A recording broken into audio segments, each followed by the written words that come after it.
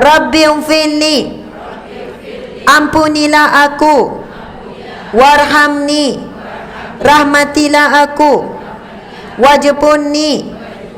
Wajbunni, tutuplah aibku. Warfa'ni, tinggikanlah derajatku. Wahdini, berilah hidayah kepadaku. Warzuqni, berikanlah rizki kepadaku. Dah pening tu kan. Rabbighfirli warhamni wajbunni warfa'ni warzuqni wahdini wa'afini wa'fu anni. Ya Allah, ampunilah aku, rahmatilah aku, tutuplah aibku, tinggikanlah darjatku, berikanlah rezeki kepadaku. Ya Allah, lagi sihatkanlah aku, ampunilah aku, dan afiat dan maafkanlah aku. Bacaan doa ketika antara dua sujud memenuhi segala keperluan hidup kita. Kita nak Allah tutup aib kita. Kita nak dinaikkan darjat pada manusia dan di sisi Allah. Kita nak diberikan rezeki. Kita nak sehat. Sebab itu orang yang baca duduk antara dua sujud dengan khusyuk, Rabbighfirli warhamni. Tapi kita kadang-kadang Rabbighfirli warhamni wajbunni warfa'ni warzuqni wahdini. Dengan lelah-lelah. Itu yang lipas jauh lagi dah nampak, dah datang. Tapi kalau kita baca dalam solat dengan tenang, dengan khusyuk, dengan disertakan maksud, kita akan menikmati solat manis, iaitu waktunya kita berbual-bual dengan Allah, meminta-minta dengan Allah. Sebab itu peristiwa Isra Mi'raj, Allah nak beri wahyu salat, Allah jemput perjalanan yang istimewa. Wahyu puasa, wahyu zakat, wahyu haji, wahyu yang lain-lain semua melalui perantaraan malaikat Jibril. Tapi bila Allah nak beri salat, Allah beri langsung direct kepada Nabi, dijemput dalam perjalanan yang indah. Inilah anugerah terbesar dalam hidup kita sehari-hari, iaitu 5 kali sehari bercakap direct dengan Allah, bercakap langsung dengan Allah, dan Allah minta dalam keadaan yang suci bersih, tolong lupakan segala makhluk. Tapi kita masih lagi bawa semua makhluk dalam solat. Bukan lama, subhanallah, Allah nak beri kita syurga, kejayaan yang sebenar daripada solat yang khusyuk.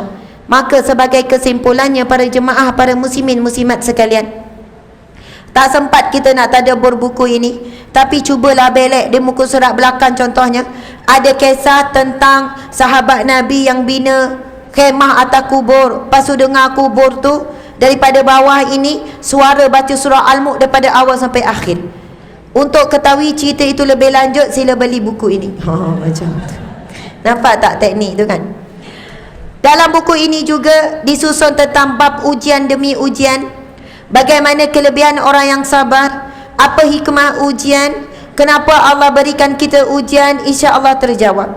Ada orang yang sakit kanser, macam-macam sakit, dia bagi respon pada saya, Ustazah, buku ini jadi teman saya. Bila saya down, saya akan ulang balik baca hadis-hadis Nabi tentang hikmah ujian, yang mana Nabi bersabda Allah ingin menggugur, menyucikan, membersihkan daripada segala dosa. Maka dia kata, Ustaz, saya redha Allah uji saya dengan kanser stage 4 ini. Jika syurga, Allah nak berikan saya syurga, saya redha walaupun melalui jalan ini. Sebab kita semua minta dengan Allah, Allahumma ja'alna min ahli jannah. Kita minta di kalangan ahli syurga. Allah memang nak beri kita syurga, tapi bukan dengan cara kita, dengan cara Allah. Bukan melalui jalan kita, tapi melalui jalan Allah. Allah yang memiliki dan menciptakan syurga, Allah tahu apa jalan-jalan ke syurga. Maka sebab itu, tugas kita adalah bukan mempertikaikan qada dan qadar Allah, tapi belajarlah untuk sabar, untuk redha dengan ketetapan Allah. Dan saya tutup dengan satu firman-Nya yang berbunyi, boleh ikut ya? Bismillahirrahmanirrahim. Ya ayyatuhan nafsul mutmainnah, irji'i ila rabbiki radiyatan mardiyah fadkhuli fi ibadi wadkhuli jannati. Amin ya rabbal alamin. Ini firman Allah berkenaan golongan yang akan dipanggil masuk ke dalam syurga Allah. Mudah-mudahan kita akan dipanggil dengan panggilan ini. Ya ayyatuhan nafsul mutmainnah, wahai jiwa-jiwa yang tenang, irji'i ila rabbiki radiyatan mardiyah, kembalilah kepada Tuhanmu dalam keadaan engkau redha kepada Tuhanmu dan engkau juga dapat redha Allah. Fadkhuli fi ibadi, maka masuklah di kalangan hamba-hambaku yang soleh. Wadkhuli jannati, dan masuklah ke dalam syurgaku. Syarat untuk dijemput masuk ke dalam syurga Allah radiyatan mardiyah, iaitu redha terlebih dahulu kepada Allah. Ada dua yang wajib kita redha. Yang pertama, redha yang wajib, iaitu redha segala perintah Allah, jangan protes apa pun perintah Allah. Yang kedua, iaitu redha meninggalkan larangan Allah. Ini wajib redha. Jangan kita berlawan-lawan dengan Allah Subhanahu wa taala. Kemudian yang ketiga, redha dengan ujian dan ketetapan Allah. Ini bukanlah sampai peringkat wajib, tetapi kita sangat dituntut. Sebab itu bila kita kadang-kadang itu sedih, kecewa, ataupun kita tak mampu sabar, bukanlah kita terus diletak dosa besar. Kamu ni berdosa besar, kamu ni tak redha, tidak. Kadang makan masa lama untuk redha. Seminggu, 2 minggu, setahun, 2 tahun.